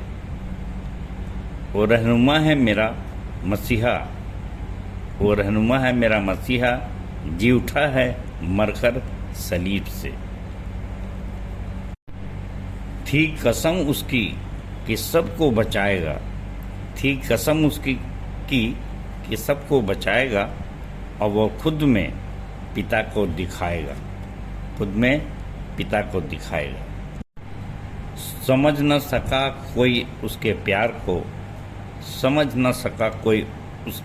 को, वो तो सहता रहा कोड़ों की मार को, कांधे पर ले लिया सूली के भार को, उसने अपना लहू दाखरस कर दिया। इसको लेकर सभी हम विचार करें, इस तरह हम यीशु का प्रचार करें। जीवन की रोटी है मेरा यीशु, मैं इससे शिफा पाता, मेरे लिए ये दाखरस अब बन गया है लहू, मैं इसे शिफा पाता मेरे यीशु। सो भाई को बहुत सुंदर कविता के साथ संदेश देने के लिए परमेश्वर बहुत आयत की आशीष दे। भाई को बहुत बहुत धन्यवाद। और इसके पश्चात अब मेरा संदेश आता है जो पिछले हफ्ते दिया था, 2 कुरिन्थियों 12:1 से 21 पद। घमंड उचित है या अनुचित। तो प्रियो, मैंने बताने का प्रयास किया था कि इसी घमंड रूपी लकड़ी के अंदर से शैतान का जन्म होता है। जैसे लकड़ी के अंदर में, इसलिए कहा कि लकड़ी में घुन लग जाता है और वो घुन अंदर ही अंदर लकड़ी को खोखला कर देता है। और हमको भी इस घमंड में संतुलन बनाना बहुत बहुत आवश्यक है। इसलिए ये बहुत महत्वपूर्ण विषय है और इसके विस्तार से अध्ययन के लिए आपको हमारे टिप क्रमांक 7 बताया था हमन गाना गावन से कि ज्ञान और घमंड पे बहुत सारी बातें लिखी हुई है, जिसका यहाँ पर वर्णन करना असंभव है, इतना समय नहीं है। और इसी प्रकार से बताया था कि हमारी आचार्य कुमारी बबीता सिंह ने बहुत सुंदर इस पर कविता लिखी थी। घमंड 24 नंबर की कविता है, पृष्ठ 40 पर। यदि आप और विस्तार से अध्ययन करना चाहते हैं तो इन दोनों टिपों को अवश्य मनन करें, इन दोनों टिपों पर अवश्य मनन करें। तो प्रियो, हम देख सकते हैं कि घमंड दो प्रकार के होते हैं। एक रचनात्मक है, जिसे सकारात्मक कह सकते हैं, कंस्ट्रक्टिव बोल सकते हैं। दूसरा कुरिन्थियों 12:1 से और यिर्मयाह 9:23-24 से। और इसी प्रकार से दूसरा घमंड विध्वंसात्मक हो सकता है, डिस्ट्रक्टिव, पहला कुरिन्थियों 8:1 से, जो कि नकारात्मक थे। और इसमें संतुलन बनाने के लिए याकूब 3:13 से 18 पद पढ़ाया गया था। और यदि हम इसमें संतुलन बनाकर आगे बढ़ रहे हैं तो निश्चित रूप से दूसरा स्टेप ये होगा कि हमको प्रकाशन और दर्शन मिलेंगे। और जिस प्रकार से पौलुस ने भी कहा कि मैं तीसरे स्वर्ग तक उठाया गया, और मुझे भी मैंने अपना बताया था गलातियों 1:11 के अनुसार प्रकाशन और दर्शन मिला, और जिसके कारण से सारे बोर्ड बनाए गए और आज विश्वासी मंदिर खड़ा है। अगर इसमें मैं संतुलन नहीं बना पाता तो निश्चित रूप से विश्वासी मंदिर आज खड़ा नहीं होता। जैसे शैतान गिराया गया, मैं भी गिराया जाता और अंत हो जाता। और इसके लिए प्रकाशन और दर्शन में संतुलन बनाने के लिए अवश्य है कि हम साधना करें, और जब तक हम साधना नहीं करेंगे तो सिद्धि को प्राप्त नहीं कर सकते। तो आपने देखा कि पहला ज्ञान और घमंड है, दूसरा संतुलन बनाने में प्रकाशन और दर्शन है, और तीसरा साधना और सिद्धि। और इसलिए उसने कहा कि मेरी सामर्थ निर्बलता में सिद्ध होती है। और इसीलिए प्रियो, बड़ी जिंदादिली के साथ मैं हमेशा घोषणा करता हूँ कि हमारा विश्वासी मंदिर सिद्धि प्राप्ति का केंद्र है। और यहाँ पर जैसा कि लिखा है पहला कुरिन्थियों 2:6-7 में भी, और टीप 16 और 17 हमारे जो हमन गाना गावन पुस्तक की टीप है कि सिद्ध लोगों में परमेश्वर का गुप्त ज्ञान हम भेद की रीति पर बताते हैं। और किस पर ये भेद की रीति पर प्रकट हुआ? परमेश्वर का गुप्त ज्ञान। सो इसके लिए सिद्धि की प्राप्ति आवश्यक है। अगर आपने सिद्धि नहीं प्राप्त किया है तो निश्चित रूप से आप परमेश्वर के गुप्त ज्ञान को नहीं प्राप्त कर पाएंगे, क्योंकि लिखा है कि गुप्त ज्ञान भी सीधे सीधे प्राप्त नहीं होगा, परंतु भेद की रीति पे बताए जाते हैं। सो प्रियो, हम सबको साधना करना है, वचन पढ़ना है, स्वयं कार्य करना है, और कार्य करके परमेश्वर को खुश करना है, तब जाकर के हमको सिद्धि की प्राप्ति होगी। क्योंकि मैंने ये भी बताना चाहा कि जैसे एलिया उठा लिया गया, हनोक उठा लिया गया, यीशु मसीह स्वर्ग पर उठा लिए गए, ये सब सिद्ध लोग थे। परमेश्वर इनसे प्रसन्न था। और अपने दर्शन का थोड़ा सा भाग मैंने ही बताया कि मुझे भी आसमानी दर्शन हुआ। और जैसे कि पौलुस कहता है कि कुछ ऐसी बातें देखी जिसका मुंह पे लाना उचित नहीं है। प्रियो, जबकि पौलुस ऐसी बातों को जो सर में देखा और जिसको मुंह पे लाना उचित नहीं बता रहा है, तो मैं क्यों कर बताऊं, और नहीं बताना चाहता क्योंकि उसको मैं प्रमाणित नहीं कर सकता। और संसार में बहुत से लोग बहुत से दर्शनों की चर्चा करते हैं और उनको ठट्ठों में उड़ाया जाता है, क्योंकि वो प्रमाणित नहीं कर सकते। इसलिए मैं भी इन बातों की चर्चा यहाँ पर करना उचित नहीं समझता, परंतु जो मेरे बहुत करीब हैं, जो सिद्ध हैं और जो साधना कर रहे हैं, उन पर थोड़ी बहुत चर्चा अवश्य करता हूँ। सो आइए आज के उत्तरवादी पाठ में भी हम स्वर्ग राज्य के भेदों पर विचार करने जा रहे हैं। और आज का उत्तरवादी पाठ है मत्ती 25:14 से 30। सो प्रियो, आज का उत्तरवादी पाठ मत्ती 25:14 से 30 को खोल लें। और जैसे अपन ने पिछले सप्ताह दूसरा ग्रंथियों 12:1 से 21 पद के अंतर्गत देखा था कि ज्ञान, घमंड, प्रकाशन और दर्शन, साधना और सिद्धि, ये कैसे एक क्रम से हमारे सामने आते हैं और साधना करने पर हम धीरे धीरे आगे बढ़ते जाते हैं और यहाँ तक कि स्वर्ग राज्य के भेदों को भी समझने लग जाते हैं।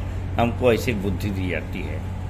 परंतु कुछ लोग जिनके पास ये ज्ञान नहीं होता, जो साधना नहीं कर पाते और उसमें घमंड रूपी वायरस आ जाता है कि जैसे मैंने बताया कि किसी लकड़ी के अंदर अगर घुन लग जाए तो उसी लकड़ी के अंदर से वो पैदा होता है कीड़ा। और ऐसा ही लिखा है, पहला कुरिन्थियों हमने पढ़ा है कि पहला कुरिन्थियों 8:1 में ज्ञान से घमंड उत्पन्न होता है। सो बहुत संतुलन बनाने की आवश्यकता है। और यदि ऐसा संतुलन अपन बना के चल रहे हैं तो निश्चित रूप से स्वर्ग के राज्य के भेदों को हम पर प्रकट करेगा। और इसीलिए मैं मत्ती 13 का वो भाग पढ़ रहा हूँ 10वां से, जहाँ पर इस प्रकार से लिखा है कि और चेलों ने पास आकर उससे कहा, तू उनसे दृष्टांतों में क्यों बातें करता है? उसने उत्तर दिया कि तुमको स्वर्ग के राज्य के भेदों की समझ दी गई है, पर उनको नहीं। सो प्रियो, इतने आनंद की बात है कि जो उसके चेले होंगे, जैसे मैंने कहा साधना और सिद्धि में जब आप घोषित हो जाते हैं, डिक्लेयर हो जाते हैं परमेश्वर की ओर से, यीशु मसीह की ओर से, आपको जब चेला स्वीकार कर लेगा तो निश्चित रूप से बहुत सी भेदों की बात बताएगा। और व्यवहारिक रूप में मैं हमेशा कहता हूँ कि एक अच्छे मित्र बन जाइए यीशु के, जिससे कि वो अपना हमराज आपको बना ले और आप पर उन भेदों को प्रकट करे। क्योंकि ये घमंड कितना खतरनाक है, बहुत से वचन आपके सामने बताए गए, परंतु मैं उसकी उत्पत्ति को बताना चाहता हूँ कि घमंड के कारण से ही शैतान बना। और उसके विषय में किसी विद्वान ने कहा है कि शेर से अधिक खतरनाक अजगर है, क्योंकि शेर तो मार कर खाता है परंतु अजगर जिंदा निगल जाता है। अर्थात अंश अंश करके हमें यदि शैतान समाता है तो हम शैतान बन जाते हैं, और या फिर हम अंश अंश करके तेजस्वी बन जाते हैं। दूसरा कुरिन्थियों 3:18। सो आज के पाठ पर बड़ी गंभीरता से मनन करें। और इसके पहले कि मैं आज के पाठ की कुछ पंक्तियाँ पढ़ूँ, मैं कुछ बातों को याद करता हूँ। लूका 11:52 जहाँ लिखा है कि हाय तुम व्यवस्थापकों पर जिन्होंने ज्ञान की कुंजी तो पाली, परंतु खुद भी स्वर्ग के राज्य में प्रवेश नहीं करते, औरों को भी प्रवेश नहीं करने देना चाहते। और इसी प्रकार से अगर हम संतुलन नहीं बनाए तो कहता है मत्ती 21 का 31-32 कि वेश्याएं और महसूल लेने वाले तुमसे पहले स्वर्ग राज्य में प्रवेश करते हैं। और मत्ती 18:4 अगर देखें तो यदि तुम बालकों की नाई नहीं बनोगे तो स्वर्ग राज्य में प्रवेश नहीं कर पाओगे। और इस प्रकार से आज जो हमारे सामने वर्तमान में जिस पर हम चर्चा करते हैं कि हम जो जानते सो कहते हैं यूहन्ना 3:11-12 की परिधि में, तो इस बात को ना भूलें कि लूका 17:20-21 में लिखाया है कि उस समय कितने फरीसी आके यीशु मसीह से पूछने लगे स्वर्ग का राज कैसे आएगा, कब आएगा। और उसने कहा कि स्वर्ग का राज प्रत्यक्ष रूप से नहीं आता, लोग यह ना कहेंगे कि यहाँ है वो या वहाँ है। तो मैं कहता हूँ कि स्वर्ग का राज तुम्हारे बीच में है। सो प्रियो, बड़ी जिंदा दिली से आज उम्र के इस पायदान में, जबकि मैं 70 का हो रहा हूँ, मैं बड़ी जिंदा दिली से दहाड़ कर और भी उन्मुख होकर के इस बात की घोषणा करना चाहता हूँ कि कैसे इतनी सफलता जो आज प्राप्त होती है, इतना बड़ा काम परमेश्वर मुझ तुझ से करा रहा है। निरंतर हमारी संख्या भी बढ़ती जाती है, दूर दूर से लोग प्रार्थना करने आते हैं और बहुत सफलता हमको मिलती जाती है। सो कैसे स्वर्ग के राज्य को अपने बीच में हम देख रहे हैं। और मैंने अभी जैसे मत्ती 13 के 10-11 पद को पढ़ा और वहाँ पे 13वें पद में चेहरे उन यीशु मसीह से पूछते हैं, मैं उनसे दृष्टांतों में इसलिए बातें करता हूँ कि वे देखते हुए नहीं देखते और सुनते हुए नहीं सुनते और नहीं समझते। मतलब ये एक प्रश्न है जो चेलों ने उससे कहा कि तू हमसे दृष्टांतों में क्यों बातें करता है। सो प्रियो, आज इस स्वर्ग राज्य के भेदों से बात निकली है और मैं इसको बहुत महत्वपूर्ण विषय जानकर चर्चा करने का विषय बना रहा हूँ, क्योंकि जो दृष्टांत बताया गया है यहाँ पर वो तो बहुत छोटा सा है, परंतु इसकी भूमिका कि इस विषय पे हम जानने से पहले ये सुनिश्चित करें कि कहीं हमारी स्थिति तो ये तो नहीं है कि जैसे हम सुनते हुए नहीं सुनते, अर्थात बहरे हो गए हैं, अंधे हो गए। और यूहन्ना 3:11-12 बार बार इसलिए चर्चा की जाती है कि जो स्वर्ग राज्य में नहीं जीते, आनंदित नहीं होते, नहीं प्रवेश करते, उनका जीवन कैसा होता है, उनके दर्शन कैसे होते हैं, ये सब आपको देखना है, समझना है और न केवल समझना बल्कि सिद्ध भी करना है। क्योंकि बहुत ही भ्रम की स्थिति पैदा होती रहती है और इसलिए यहाँ पर यीशु मसीह आगे कहते हैं मत्ती 13:14 में, और उनके विषय में यशायाह की यह भविष्यवाणी पूरी होती है कि तुम कानों से तो सुनोगे पर समझोगे नहीं, और आँखों से तो देखोगे और तुम्हें ना सूझेगा।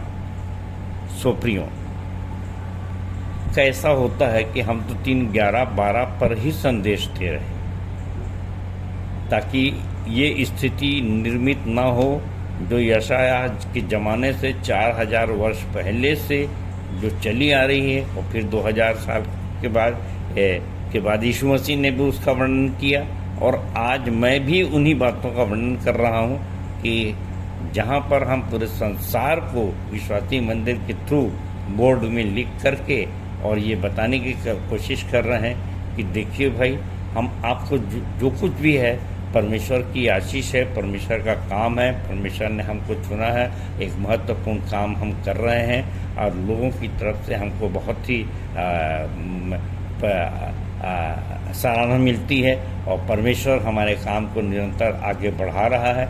सारी बातें सामने रख देते हैं, उसके बावजूद भी लोग स्वर्ग राज्य के आनंद को और स्वर्ग राज्य की बातों को नहीं समझ पाते और हमारे बीच में साथ में रहने पर भी जब वो पीछे छूट जाते हैं तो निश्चित रूप से हमको दुख होता है।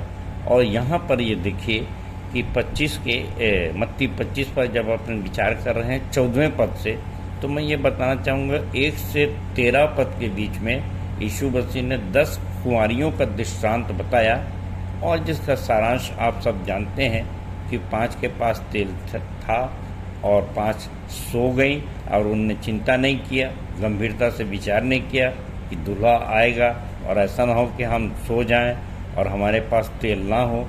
और उसके लिए यीशु मसीह ने क्या कहा, इसको पढ़ें। मत्ती 25 के 11वें पद से पढ़ रहा हूँ। इसके बाद वे दूसरी कुंवारियाँ भी आकर कहने लगी, हे स्वामी, हमारे लिए द्वार खोल दे। उसने उत्तर दिया कि मैं तुमसे सच कहता हूँ, मैं तुम्हें नहीं जानता, और इसलिए आवश्यक है कि जागते रहो, क्योंकि तुम उस दिन को जानते हो न उस घड़ी को, क्योंकि तुम न उस दिन को जानते हो न उस घड़ी को।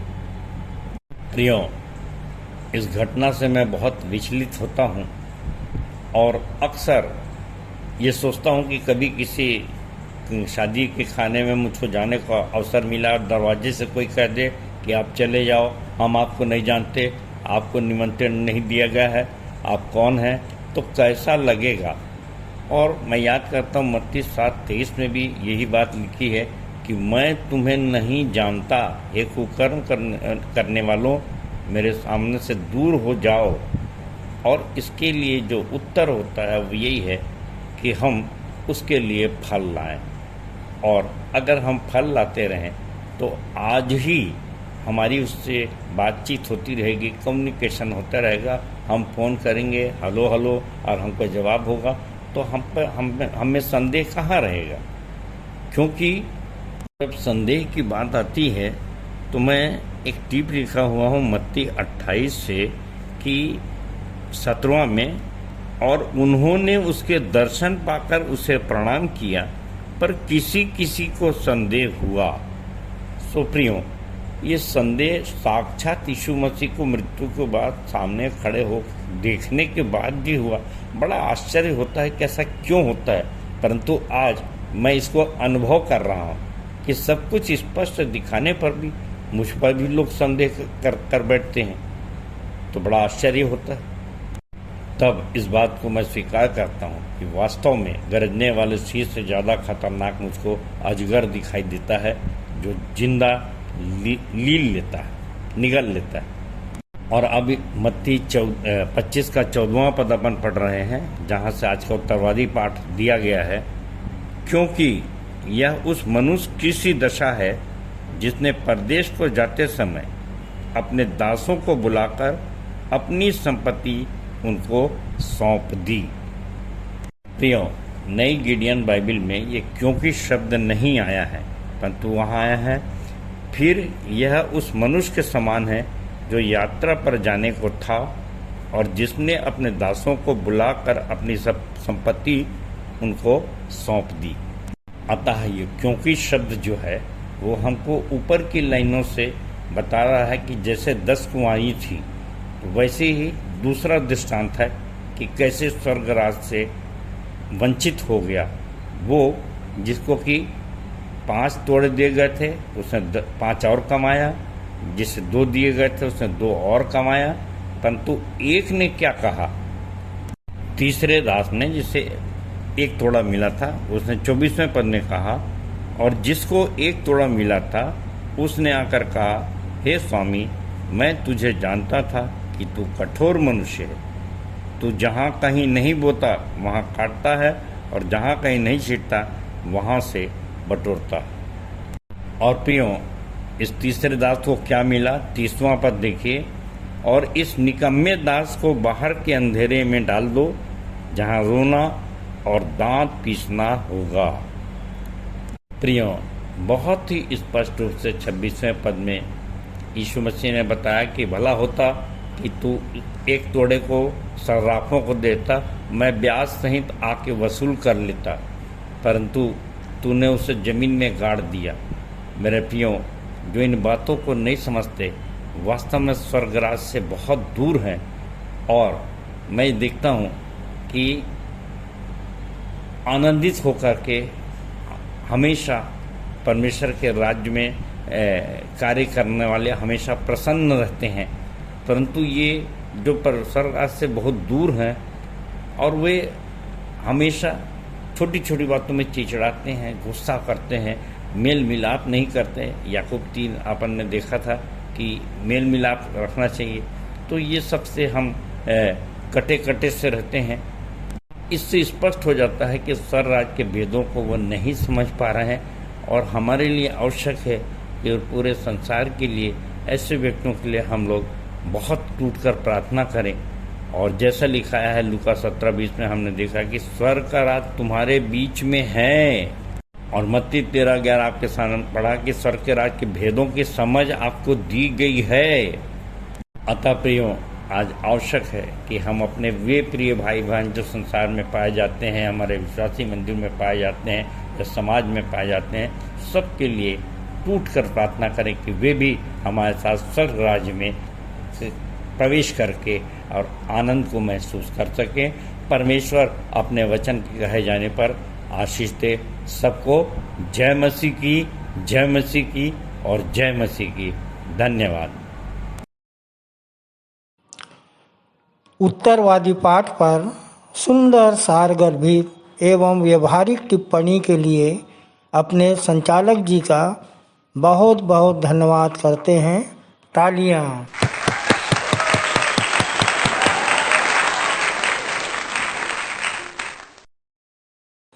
हम अपनी आराधना के अंतिम चरण में हैं। अंतिम गीत गाएंगे। स्तुति के गीत से 102 नंबर, मैं यीशु के साथ नूर में चलूँगा। अंतिम प्रार्थना हमारी सहायक सह आचार्य श्रीमती नसीम श्रीवास के द्वारा। प्रभु की प्रार्थना और सह संचालिका श्रीमती अर्चना दास जी की आशीष से सभा का समापन करेंगे।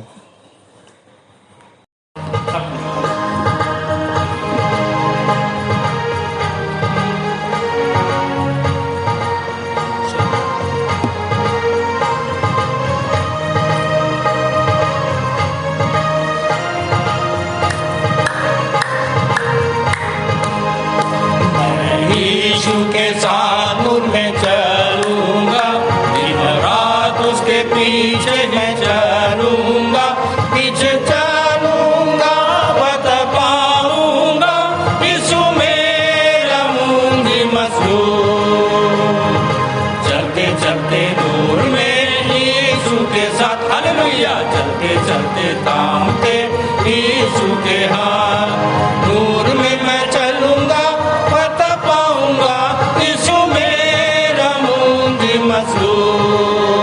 मैं यीशु के साथ नूर में चलूंगा, अंधेरी राह में न डरूंगा, पैर उठाऊंगा दिल से गाऊंगा, यीशु मेरा मुंजी मजदूर। चलते चलते नूर में यीशु के साथ, हालेलुया, चलते चलते थामते यीशु के हाथ, नूर में मैं चलूंगा फतह पाऊंगा, यीशु मेरा मुंजी मसलूम। मैं यीशु के साथ नूर में चलूंगा, जब कभी आवाज उसकी सुनूंगा, उससे कहूंगा फर्ज सब दूंगा, तू ही मेरा मुंजी मसलूम। चलते चलते नूर में यीशु के साथ, हालेलुया, चलते चलते थामते यीशु के हाथ, नूर में मैं चलूंगा बता पाऊंगा, यीशु में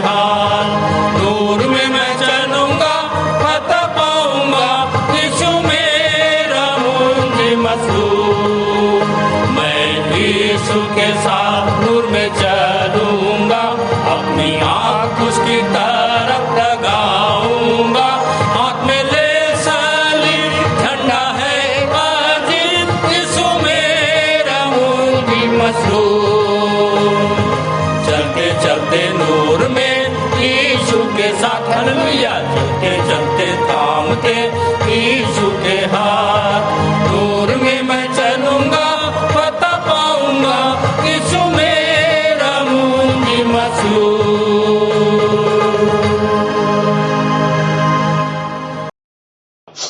आप सबको जय मसीह की। मेरा नाम नसीम श्रीवास है। विश्वासी मंदिर आते मुझे 10 वर्ष हो गए हैं। आइए हम सब प्रार्थना करेंगे। आंखें बंद कर ले, अपना ध्यान परमेश्वर की ओर लगाएं। निर्बलता में सामर्थ की सिद्धि देने वाले हमारे अनुग्रहकारी प्रेमी पिता परमेश्वर, बड़ी सामर्थ के साथ परमेश्वर पिता आपके चरणों के समीप आते हैं। खुदा बाप, धन्यवाद देते हैं परमेश्वर पिता आज के सुंदर दिन के लिए परमेश्वर पिता जो तूने हमें दिया है। प्रभु जी शुक्रगुजार है मेरे मालिक इस जीवन के लिए परमेश्वर पिता। बहुत सारे ऐसे इंसान हैं मेरे खुदा बाप जो इस संसार में फना हो जाते हैं। प्रभु जी आपने हमें संभाल के रखा और जीवितों के बीच में रखा। खुदा बाप शुक्रगुजार है परमेश्वर पिता। प्रभु जी प्रार्थना करते हैं प्रभु जी आज के वचन के लिए परमेश्वर पिता, जो आपने हमें सिखाया है कि कैसे आप हमारी निर्बलता में हमें सामर्थ्य देते हो और कैसे उसका अर्थ हमें बताते हो। प्रभु जी धन्यवाद। परमेश्वर पिता प्रार्थना करते हैं प्रभु जी, जबकि हम परमेश्वर पिता आपकी सिद्धि में, आपकी शक्ति में और आपकी सामर्थ्य में परमेश्वर पिता आगे बढ़ते जाते हैं मेरे मालिक, और आपके जीवन में प्रभु जी अपने जीवन में आपके नाम की बड़ाई और स्तुति करने पाते हैं। प्रभु जी धन्यवाद। प्रभु जी प्रार्थना करते हैं परमेश्वर पिता, यहाँ बैठे हर एक जन के लिए खुदा बाप, तू हर एक लोगों की परेशानी, उनकी दुआएं, उनकी दिक्कतों को जानने वाला मेरा जीवित खुदा बाप है परमेश्वर पिता। होने देना मेरे मालिक सारे लोगों की परेशानी और सारे लोगों की तकलीफों को प्रभु यीशु मसीह के नाम से प्रभु मांगते हैं प्रभु की अब भी के अब भी ठीक होने पाए। परमेश्वर पिता प्रार्थना करते हैं प्रभु जी कि तूने हमें संभाला है प्रभु जी, आगे के हफ्ते को भी आपके हाथों में सौंपते हैं परमेश्वर पिता। आगे के हफ्ते हमें संभाल के रखना खुदा बाप, और ऐसी शक्ति और सामर्थ्य देना परमेश्वर पिता कि अपनी नहीं परंतु आपकी महिमा को हम आगे बढ़ाने वाले हो सके परमेश्वर पिता। होने देना प्रभु जी हमारे जीवन से आपकी महिमा होने पाए प्रभु जी, हमारे चाल चलन से आपकी शक्ति सामर्थ्य झलकने पाए परमेश्वर पिता। होने देना प्रभु हम बहुत सारी आत्माओं को जीत के आपके सम्मुख लाने वाले हो सके प्रभु जी, जबकि आपने हमें संभाला है प्रभु जी, उसके लिए फिर से आपको धन्यवाद देते हैं प्रभु जी। और धन्यवाद के साथ परमेश्वर पिता इस छोटी सी बिनती अपने उद्धार करता प्रभु यीशु मसीह के मीठ और मधुर नाम से मांग लेते हैं, आमीन। हे हमारे पिता, तू जो स्वर्ग में है, तेरा नाम पवित्र माना जाए, तेरा राज्य आए, तेरी इच्छा जैसे स्वर्ग में पूरी होती है वैसे ही इस पृथ्वी पर भी पूरी हो। हमारे दिन भर की रोटी आज हमें दे, और जैसे हमने अपने अपराधियों को क्षमा किया है वैसे ही तू भी हमारे अपराधों को क्षमा कर, और हमें परीक्षा में ना डाल परंतु बुराई से बचा, क्योंकि राज्य, पराक्रम और महिमा सदा तेरे ही है, आमीन।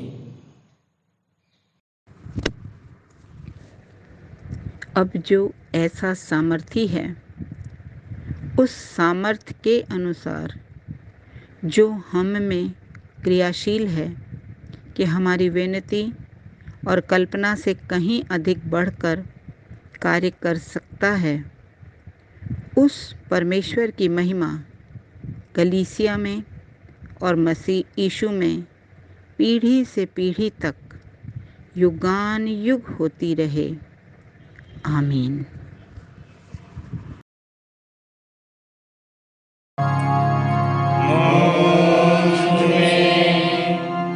यीशु की शोभा दिखाई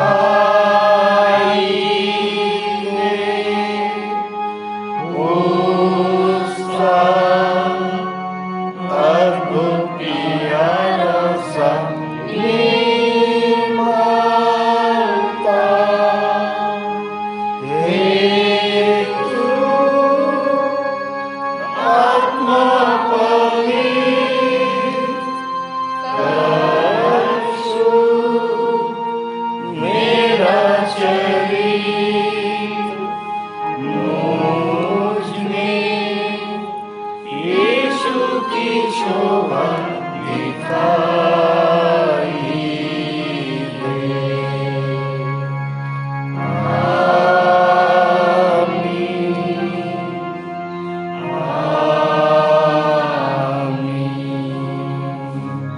आप सबको जय मसीह की।